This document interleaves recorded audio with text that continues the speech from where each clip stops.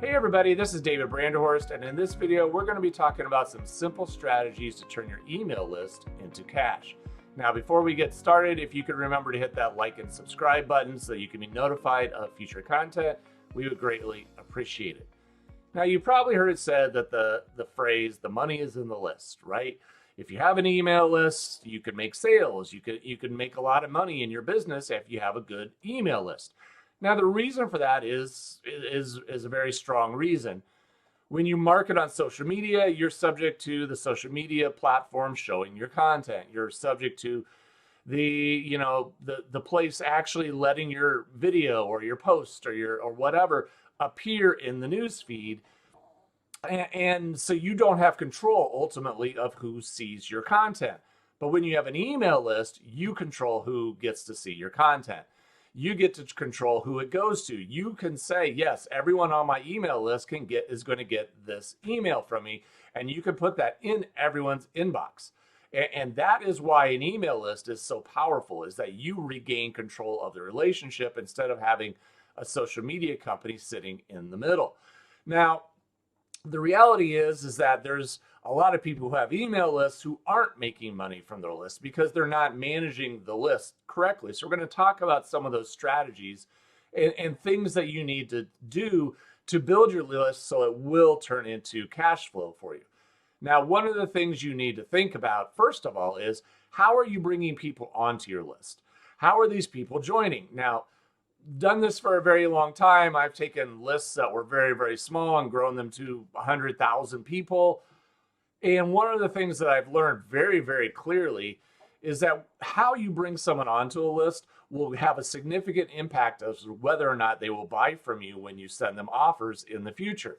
By that, I mean, if your list is primarily filled with people and individuals who are on your list because they got a free resource, maybe they got a free ebook, maybe they watched a free webinar or free training, they opted in for free resources. The people that opt in for the free resources are a lot less likely to buy because what they're there for is free information, free resources, free tools, free gifts. They're there for the freebies. Now, if you have people who join your list and are on your list because they bought something from you, because they made a purchase, those people are significantly more likely to purchase when you send them emails. So if you can build your list of people who are making purchases, even if they're small purchases, small dollar amount purchases, and you're building your list full of people who are buyers, those people are going to be much more likely to buy from you again in the future. There's a saying that goes, a buyer is a buyer is a buyer. And I know that sounds redundant, but the reality is there's a lot of truth behind that statement. If a person is a buyer today, there's a good chance they will be a buyer again in the future. If a person is not a buyer today and only wants free things, there's a chance that they're never going to be a buyer down the road. Not saying that it doesn't happen, but there's a good chance that they're just going to sit there and keep taking all the free stuff. So think about how you're building your list. What type of people are you bringing on? You're bringing on a lot of tire kickers who just want free information, or are you bringing in a good mix of buyers who actually respond when you make an offer to them in an email? Now, with all that, the second part of this is, now that we know how you're bringing them on, what are you doing with them in the interim before you make an offer to them, before you try and make a sale? How are you nurturing that relationship? There's plenty of people out there who have email lists who never email their list. Like, you'll be on someone's email list and signed up for something, and 9 months later you get an email from them and you're like, what? I didn't even realize I was on your list anymore. I've totally forgot about this person. And now that they're emailing you, they're trying to make a sale. And then at that point, it becomes almost a little offensive because you're sitting there going, okay, I haven't heard from you in 9 months. You had no communication with me whatsoever. And now the only reason you want to talk to me is because you want my money. That can damage your chances of making a sale. So you need to be nurturing the relationship. You need to be nurturing that relationship ongoing. And that means, are you adding value to them? Are you sending valuable information to them? Are you sending them emails that they go, hey, that was useful. That's actually very valuable to me. I can use that in my life or in my business or in my whatever. That's something I enjoy reading. When I see your emails coming, I know I want to actually skim them or read them because I know they're actually going to give me something of value. Are those posts interesting? Are they doing that? And one of the big challenges that you have when you're nurturing your email list is getting people to open your emails, right? Because a lot of people will get your emails and you'll send it out and you'll quickly realize the majority of people who get your emails or on your list aren't opening the emails. And so it becomes a little frustrating because you're sending out all these emails, you've worked hard, you spent all this money building your email list, and the majority of people you email aren't even opening the emails that you send. And a big reason for that is, simply put, the subject line. The subject line of your email is the important piece to getting someone to open the email. You can be having great offers in the body of your email, but if the people don't open it, they're never going to see it and they're never going to engage with it. So I want to spend a couple minutes here and just go through some do's and don'ts on email subject lines, because this is critical for you to make sales with your emails, is being able to get people to the point where they will first and foremost open your emails and read what you have to say. So I'm going to hop over here and we're going to talk about some do's and don'ts for subject lines. So the first one, is a little bit obvious, but don't make spammy promises. And this is something that is violated a lot. There's a lot of people out there that think I need to make a big promise, a bold promise, but their promise is just in the subject line is like, oh yeah, right. That is a ridiculous spammy promise, and I don't believe anything that you're saying. And result is I'll either unsubscribe or I don't ever want to read your emails again because I think you're full of it. I don't trust you anymore and you hurt your credibility. So don't make promises that aren't real. Another one is don't overuse emojis. And I know a lot of people like to throw an emoji or so in on the subject line just to try and make it pop a little bit, make it different and unique. And it's okay to do a little bit of that. But what has happened is people like to overuse emojis, and they'll put like 5 or 6 emojis in the subject line. And what happens is the email filters, like the spam filters for the different email services, catch that and view that as spammy, and they will automatically filter your emails into the spam folder. So don't overuse emojis. I'm not saying you can't ever use them, but using them too much will definitely get caught by the spam filters and dump your emails into the spam folder. Next, some things that you should be doing is you should always think of your subject line as a headline. Now, if you've ever written an article, a blog post, a sales page, you know that the headline is the most important piece of all of your copy. Because if somebody's going to read the headline, if you think about a newspaper. If you read the headline, you go, no, doesn't interest me. No, doesn't interest me. Oh, wait, what's this?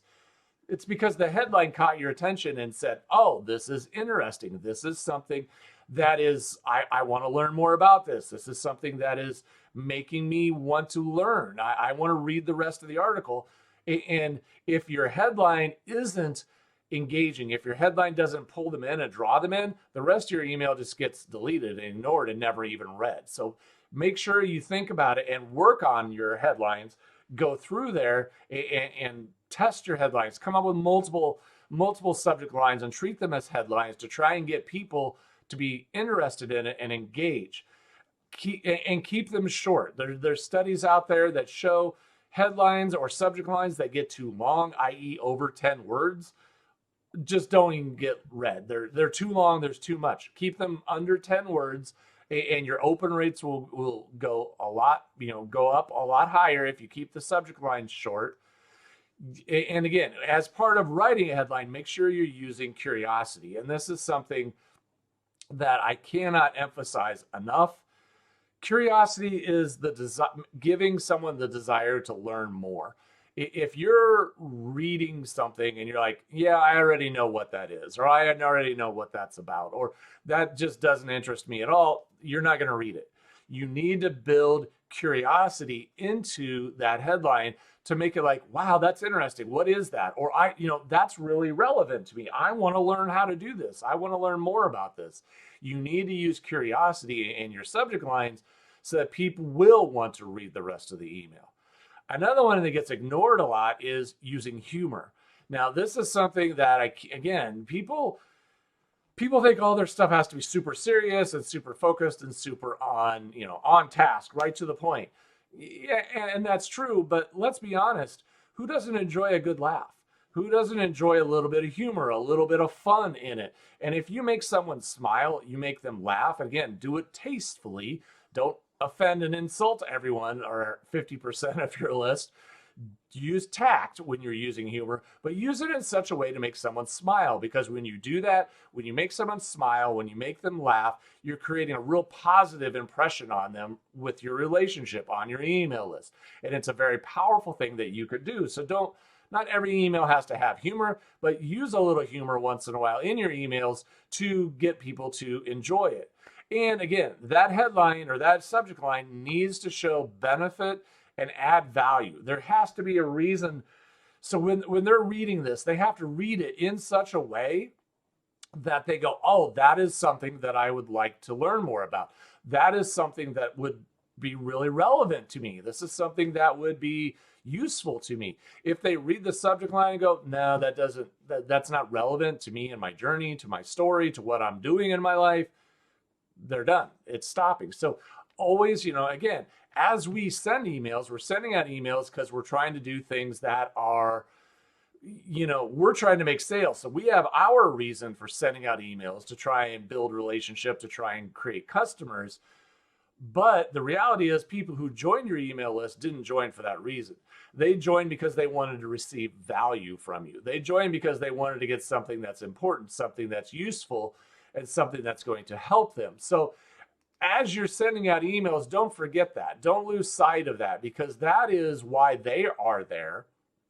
They are there to get value from you. And if the emails don't promise or don't deliver value, then they're going to quickly be done. Now, once we have that, and once we get a good way to bring people on, we get a good way to nurture that relationship, we have good subject lines to get people to open the emails in the first place, now we're ready to start taking the next step, which is to make money off the emails. Now, it's important to remember not to skip over those first parts, because if people aren't getting on our list for the right reason and aren't even opening our emails, the offers that you make aren't going to convert, because no one's seeing them, no one's getting there. And that's why I started with those other pieces first. So now we're going to talk about some simple strategies that once you get people reading and opening and engaging with your emails, how can you turn them into customers? So let's look at a few things.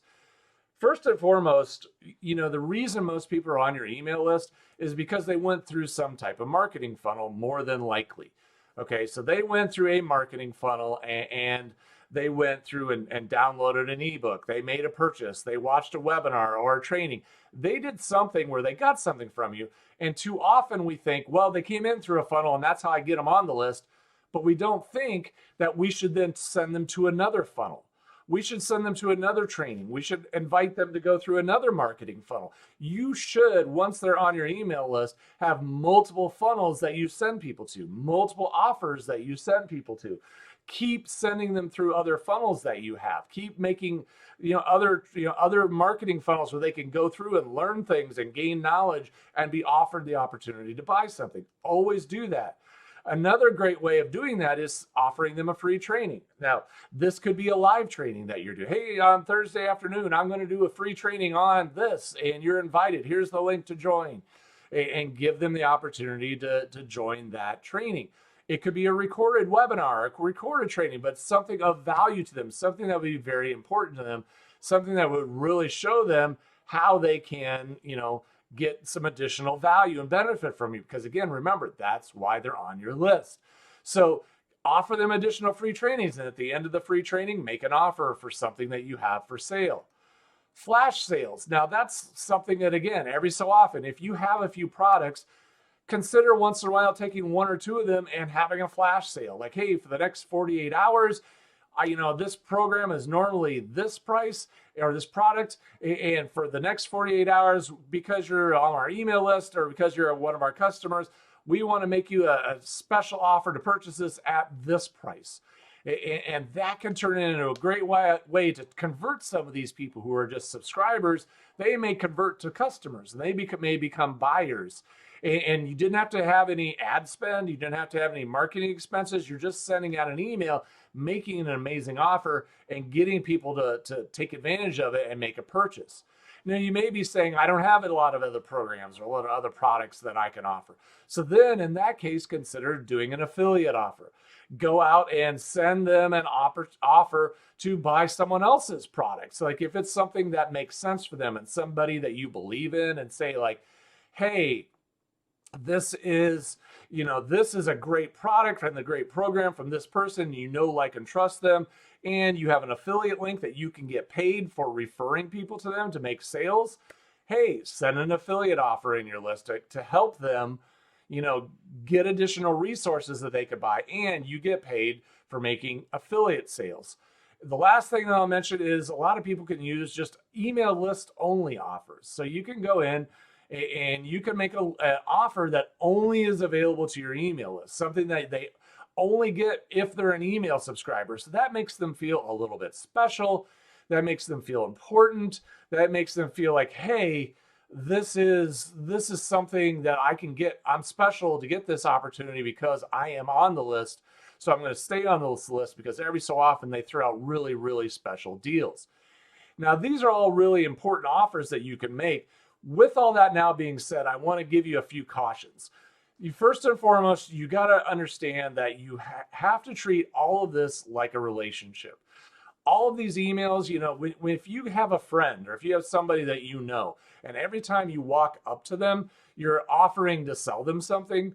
I had, somebody, we all know that there are people out there, and I had that are like insurance salesmen. And I had somebody at a former church that I was going to. Every doggone time I talked to him at church, he wanted to talk to me about buying insurance. And I'm like, guy, no, not every conversation needs to be a sales pitch. It doesn't work.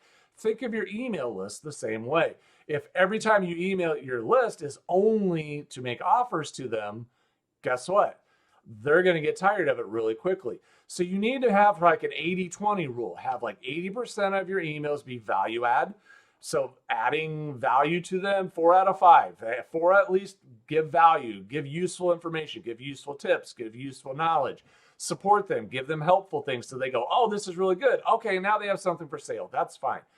But now I can go back. I'm going to stick around because there's so much extra value. It's more value than it is sales. So do that. And again, that will keep your open rates good. That'll keep your open rates strong. That'll help people keep staying with you and reading your stuff. Because again, they aren't going to buy your stuff if they don't even read your emails. So these are some really important principles. If you get people on your list for the right way, for the right reason, if you have subject lines that are engaging and causing people to want to open them, if you're adding a lot of value in your emails, and then you're making offers probably 20% of the time, you turn sales out of your email list. And that will work. And it's a proven system that has worked again and again for many, many years in many different niches and for many different people. So I hope that was helpful to you. If you have questions or comments, please leave them below. We'd be happy to help you or to answer them for you. Otherwise, I hope you have a great day, and I will see you in the next video.